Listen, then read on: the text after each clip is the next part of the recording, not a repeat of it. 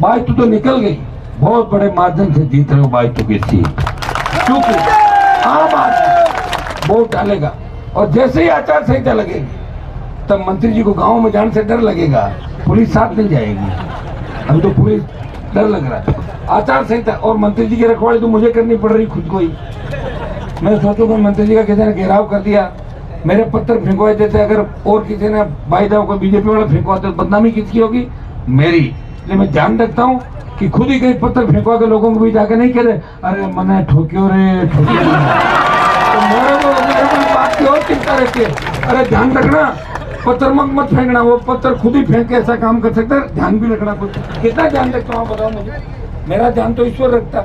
उस समय कितनी बड़ी घटना हुई, अगर हमारे बच्चे आमने सामने लड़ लेते मर जाते, कलंक किसके लगता? मेरे कलंक लगाना चाहते थे कौन? मुख्यमंत्री। आपका मंत्री उनकी टूल बना, इनके कंधे पे बंदूक रख के वो हनुमान बेनीवाल और किसान के बेटों का शिकार करना चाहते थे कि नहीं चाहते थे? लेकिन मैं उनकी इस पॉलिटिक्स को समझ गया, 2-3 शीशे फूट गए, चल दिया। लेकिन मेरे शीशे फूटने वालों को आप जानते हो दंड जरूर मिलता है, वो दंड अभी बाकी है, मिल जाएगा, उसकी चिंता आप क्यों कर रहे हो? चिंता मैं खुद कर रहा हूँ।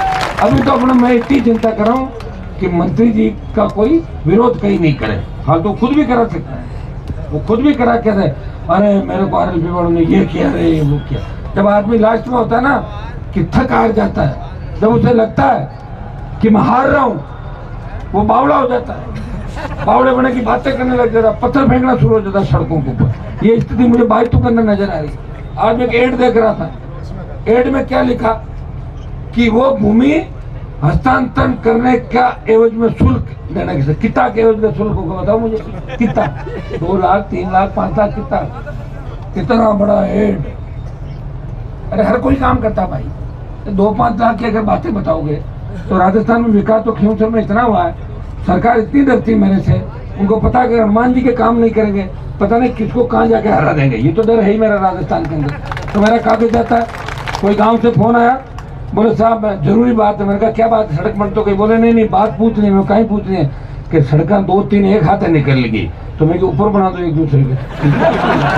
बढ़िया है भाई, उसमें पहले वाले में कम होगा, मोटाई ज्यादा हो जाएगी, तो मेरे को तंग क्यों कर रहे हो? निकल की तो अच्छी बात है, बनाने कह देंगे इंजीनियरों को कि सड़क के ऊपर सड़क बना के और जहाँ 375 है उसको 5.5 मीटर चौड़ा कर दो। मैं चिंता की क्या बात है? जिस बात तुम्हें खड़ा हूँ, बात तुम्हें मुकाबला कांग्रेस आरएलपी का नहीं है, भाई तुम्हें मुकाबला आरएलपी और बीजेपी का मुकाबला है। कांग्रेस 3rd नंबर पे बाई तो करने। इस बार में 7 सीटें अगर आप मजबूत रहे तो राष्ट्रीय लोकतांत्रिक पार्टी बाड़मेर की 7 सीटें जीत सकती है, क्योंकि जो नया वोट जुड़ा है 80-85 लाख राजस्थान के अंदर, इस बार वो आरएलपी को वोट देना पसंद करेगा, वो इन दोनों भ्रष्टाचारी पार्टियों को वोट देना पसंद नहीं करेगा। वो इन पार्टियों को वोट इसलिए नहीं देगा कि अशोक गहलोत का बयान आया कि वसुंधरा ने मेरी सरकार बचाई। ये मिलाजुली का खेल है, मिलाजुली के खेल को खत्म कौन करेगा? ये नौजवान करेगा। नौजवान हर क्रांति का नायक है।